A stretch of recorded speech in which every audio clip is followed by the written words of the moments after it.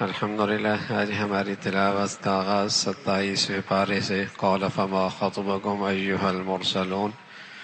فرشتے انسانی شکل میں حضرت ابراہیم علیہ السلام کی خدمت میں آئے، بچے کی خوشخبری دی، بیوی نے حیرانگی کا اظہار کیا، اللہ کی قدرت بتائی، حکیم علیم ہے، اور دوسرا اپنے آنے کا مقصد بتایا، قوم لوط کے لیے عذاب کا فیصلہ ہو چلا ہے۔ اللہ نے اس زمین کو آسمانوں پہ اٹھا کر زمین پہ پٹخا اور پتھروں کی بارش کی، اس لیے کہ وہ بے حیائی کی انتہائی آخری حد کو پہنچی ہوئی تھی۔ اس کے اندر ڈرنے والوں کے لیے بڑا عبرت کا سامان ہے۔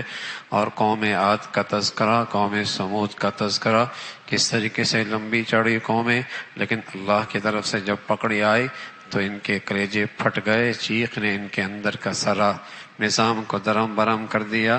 اس کا تذکرہ، اللہ بڑی قدرت والے ہیں، زمین و آسمان کا سارا نظام اسی کا ہے، اللہ کی طرف دوڑو، اللہ کی طرف دوڑو، اس کا کوئی شریک نہیں ہے۔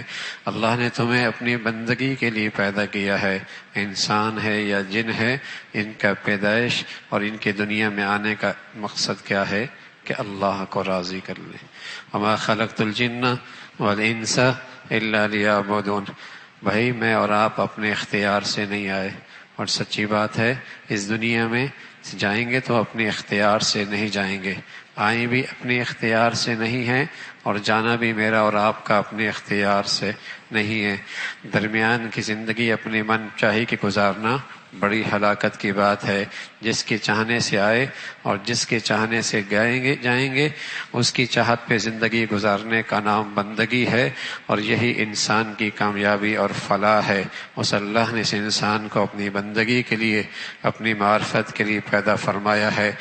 رزق فرمایا هو الرزاق ذو القوة المتین، رزاق اللہ ہے، رازق بھی نہیں کہا، رزاق ہے، اور صرف رزاق بھی نہیں کہا، ذو القوہ بھی کہا اور متین بھی کہا۔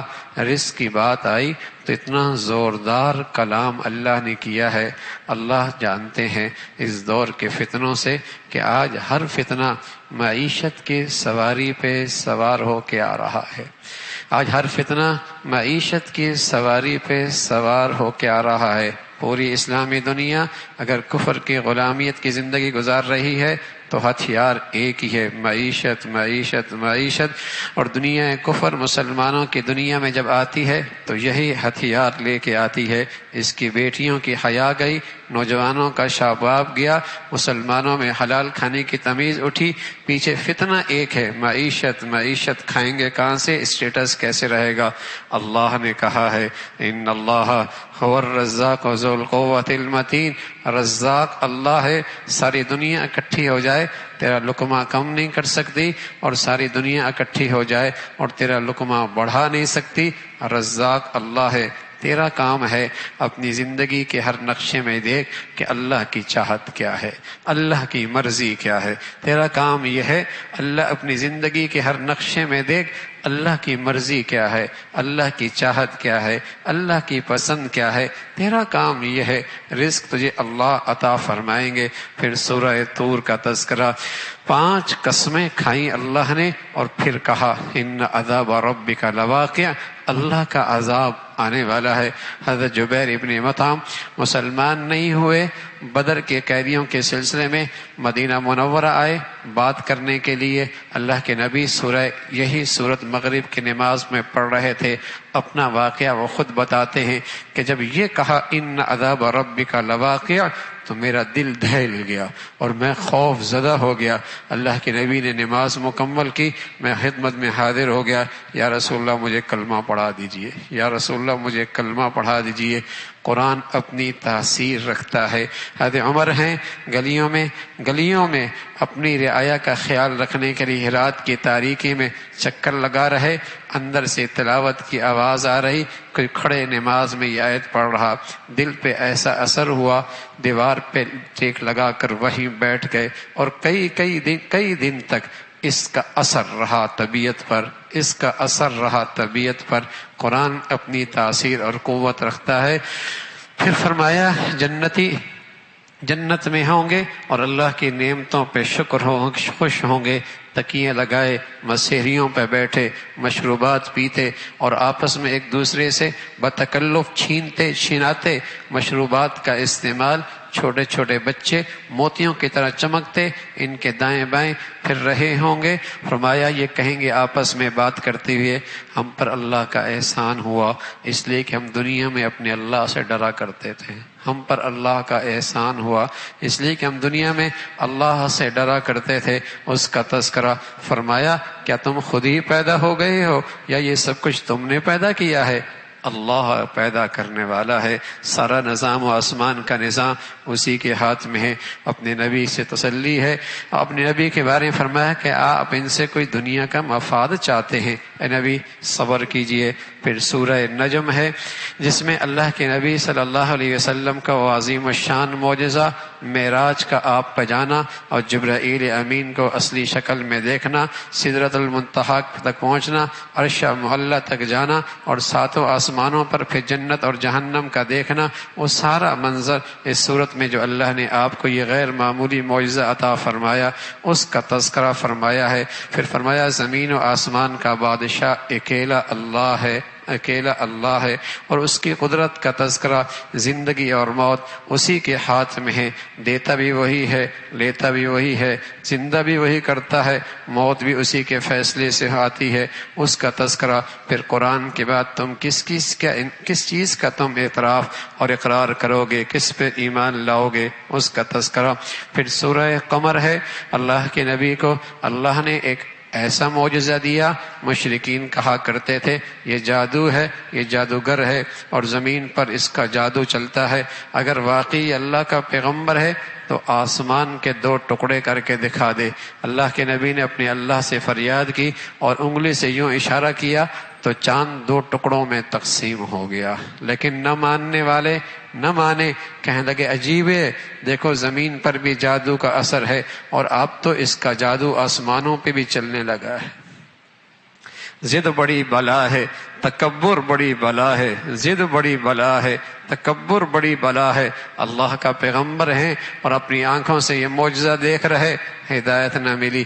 ارے میرے عزیزو، اللہ کا شکر بدا لیا کرو، میری عقل میری سمجھ کا کمال نہیں، یہ اللہ کا فضل ہو گیا، اللہ نے ایمان کی دولت دے رکھی ہے، یہ اللہ کا فضل ہو گیا، اللہ نے ایمان اسلام کی دولت دے رکھی ہے، ورنہ بڑے عقل پرست آسمانوں پہ پہنچے ہیں اور ہواؤں کو کنٹرول کر لیا ہے اور روشنی کو کنٹرول کرنے کے دعوے ہیں اور چاند پر مسحریاں اور جیسے کہیں کہ نشستیں بنا لی ہیں، لیکن بدقسمتی سے اللہ سمجھ بھی نہیں ہے، اللہ کی قدرت معرفت ان پر، اس اللہ پر ایمان کوئی نہیں نصیب ہوا۔ اللہ کا شکر بدا لا کرو، بہت بڑی دولت اللہ نے دے رکھی ہے۔ پھر قوم عاد قوم ثمود کا تذکرہ اور بار بار ایک جملہ، ہم نے اس قرآن کو نصیحت کے لیے آسان کر رکھا ہے۔ ماضی کی ان قوموں کی زندگیاں دیکھو کیسی معاشی لحاظ سے اور جسمانی لحاظ سے اور مادی وسائل کے لحاظ سے ایک مستحکم نظام رکھا کرتی تھی، لیکن پیغمبروں کی تعلیمات کا انکار ہوا تو ان کا انجام کیا ہوا۔ بڑا آسان ہے قرآن سے یہ نصیحت لینا۔ قوم عاد میں، قوم ثمود میں، قوم لوط میں ان کا تذکرہ فرمایا اور پھر فرمایا اللہ ہر چیز کو ایک اندازے سے بھیجتا ہے، ایک چیز ہر چیز اندازے سے بھیجتا ہے، لیکن علم اللہ کے پاس ہر چیز کا ہے۔ پھر سورہ رحمان ہے اور اس سورہ رحمان کے اندر الرحمن سے شروع ہے، اللہ کے انعامات کا تذکرہ، قرآن جیسا علم عطا فرمایا، یہ بھی اللہ کا بڑا انسان ہے اور اللہ کا بڑا احسان ہے، اور قوت گویائی اور قوت بیان نصیب فرما دیا۔ اور پھر زمین سے اگنے والے مختلف قسم کے پودے اور درخت سب اللہ کی اطاعت میں لگے ہیں، اور یہ زمین و آسمان اور سورج کا یہ سارا چاند نظام جس سے ساری زمین کے سرسبزہ آسمان کی روشنیوں سے وابستہ ہے، یہ سب اللہ کی نعمتیں ہیں۔ تم اللہ کی کن کن نعمتوں کو جھٹلاؤ گے، کس نعمت کو جھٹلاؤ گے؟ تقریباً 31 مرتبہ ایک ہی آیت مختلف انداز سے اللہ نے کہی ہے۔ فَبِأَيِّ آلَاءِ رَبِّكُمَا تُكَذِّبَانِ، اللہ کے پاس الفاظ کی کمی کوئی نہیں، اللہ کے پاس الفاظ کے خزانہ بہت بڑا ہے، لیکن کیا بات ہے ایک ہی بات کو 31 مرتبہ کہہ رہے۔ قرآن کوئی معلومات کی کتاب نہیں ہے، قرآن کا اصل غرض نصیحت ہے، خیر خواہی ہے، نصیحت ہے، خیر خواہی ہے، تربیت ہے۔ جیسے باپ اپنے بیٹے کو مختلف انداز سے ایک ہی بات سمجھاتا ہے، اللہ ماں باپ سے زیادہ مہربان ہے، بار بار ایک ہی بات مختلف انداز سے اپنی نعمتیں گنائی، اپنے انعامات گنائے، اپنے سلسلے گنائے، اور ایک ہی جملہ کہ اندر احسان شناسی آ جائے، اندر احسان شناسی آ جائے، اور اس محسن اور محسن کی پہچان آ جائے، اس کریم ذات کی عظمت دل میں اور محبت دل میں آ جائے۔ ایک ہی جملہ بار بار ذکر فرمایا، زمین و آسمان کا یہ سارا نظام، اور جسے کہیں کہ دریاؤں کا یہ سلسلہ، پھر جہنم کا تذکرہ، یہ بھی اللہ کے انعام میں کہ اللہ نے وقت سے پہلے اس کا تذکرہ کر دیا، وقت سے پہلے خبردار کر دیا، جہنم کے سارے نقشے دکھا کر وقت سے پہلے آگاہ کر دیا، یہ بھی اللہ کی نعمتیں ہیں۔ پھر جنت کا تذکرہ ہے، اور بڑے خوبصورت انداز میں وہاں باغات ہیں، اور اللہ رب العزت نے اس کی آنکھوں کی ٹھنڈک کے لیے بہت کچھ کر رکھا ہے۔ حور العین ہے جن کا حسن و جمال اللہ نے یوں کہا کأنہن الیاقوت والمرجان، مرجان اور یاقوت کا جو حسن ہوتا ہے وہ ان عورتوں میں حسن ہوگا، اور ایسا ہوگا نظریں جھکائی ہوئی ہوں گی، نظریں جھکا کے چلنا۔ یہ جنت کی عورتوں کا حسن ہے، جو اللہ جس عورت کو دنیا میں نصیب فرما دے تو سمجھے اللہ نے اسے جنت کی خوبی نصیب فرما رکھی ہے، اور پھر وہ پردے میں ہوں گی، اپنے شوہر سے ان کی نظریں نہیں ہٹیں گی، اس کا تذکرہ فرمایا، ان کے حسن و جمال کا یہ تذکرہ، اور پھر مختلف قسم کے میوے اور مختلف قسم کے انعامات، پھر ان کا حسن و جمال کے ساتھ، ان کی نزاکت کے ساتھ یہ ہے انہیں نہ کسی انسان نے چھوا ہوگا، نہ کسی جن نے چھوا ہوگا، یہ ساری اللہ کے نعمتیں ہیں، اور اللہ بڑی برکت والی ذات ہے، عظمت والی ذات ہے۔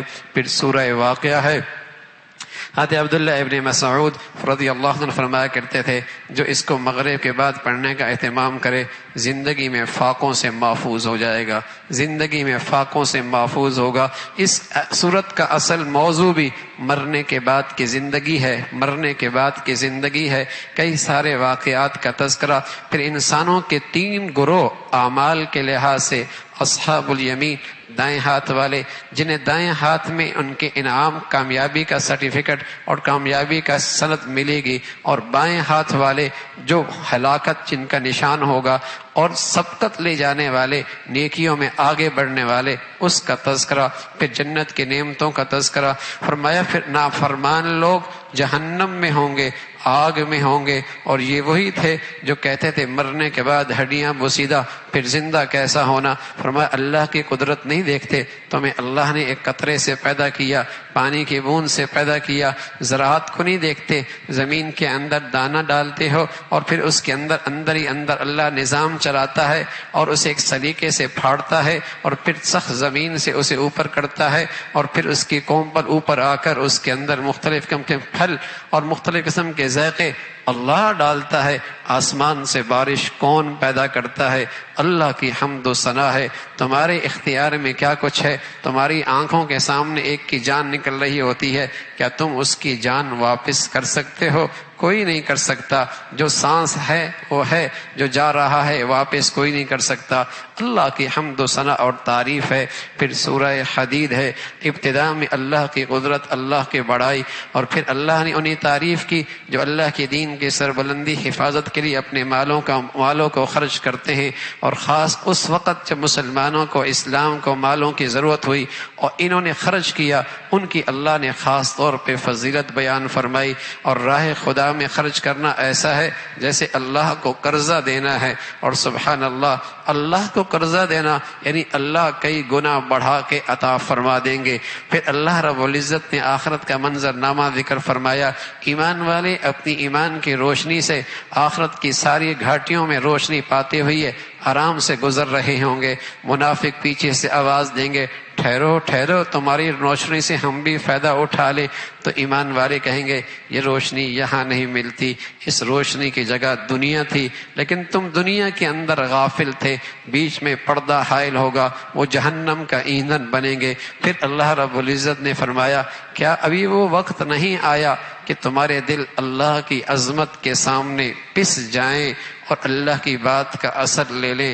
حضرت فضیل ابن عیاض رحمۃ اللہ علیہ ڈاکو تھے، چوری کر ڈاکہ مارا کرتے تھے، رات کی تاریکی میں ایک دیوار کو پھلانگنے لگے، اندر سے ایک بیٹی بہنا قرآن کی تلاوت کر رہی، یہی آیت پڑھ رہی، دل پر ایسی چوٹ لگی، وہیں کہنے لگے بلا یا ربنا بلا یا ربنا الان، اے اللہ وہ گھڑی آ گئی، اور ایسی توبہ کی ہے سبحان اللہ، ہزاروں اولیاء کے سرتاج بنے، ولیوں کی بھی تاج بنے، سرتاج بنے، سبحان اللہ۔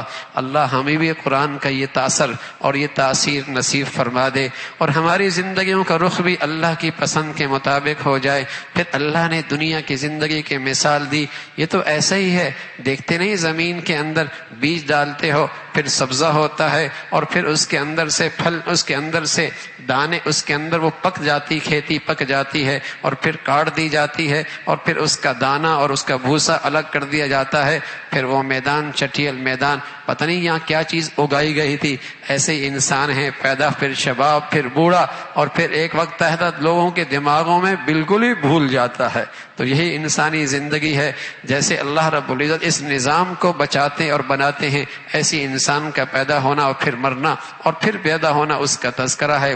یہ انسان ہے، یہ مال و دولت پہ فخر کرتا ہے، مال و دولت پہ فخر کرتا ہے، حالانکہ یہ ایسی چیز ہے جو اس کے ہاتھ سے نکل جانے والی ہے۔ جنت ایسی ہے جس کی طرف ایک دوسرے سے آگے بڑھو، سبقت کرو، جس کی وسعت زمین و آسمان سے زیادہ ہے، اس کا تذکرہ ہے۔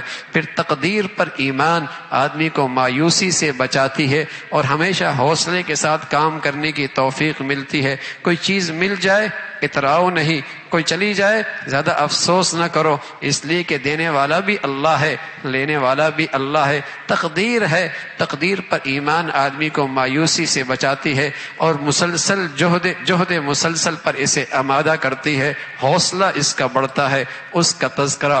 پھر حدید، لوہا اللہ کی نعمت ہے، اسے اسلام کی حفاظت اور تحفظ کے لیے استعمال کرنا بہت بڑی عبادت ہے، اس کا تذکرہ۔ پھر مختلف رسولوں کا تذکرہ، حضرت ابراہیم علیہ الصلاۃ والسلام، موسیٰ علیہ الصلاۃ والسلام، عیسیٰ علیہ الصلاۃ والسلام کا، اور پھر آپ کی قوم کا کہ اگر وہ ایمان لے آئے تو اسے دگنا اجر ملے گا، پہلی آسمانی کتاب پر بھی اور آخری آسمانی کتاب پر ایمان لانے کی وجہ سے اللہ اسے دگنا اجر عطا فرما دیں گے، اور اللہ بڑے فضل والے ہیں۔ اللہ عمل کی توفیق نصیب فرما دے۔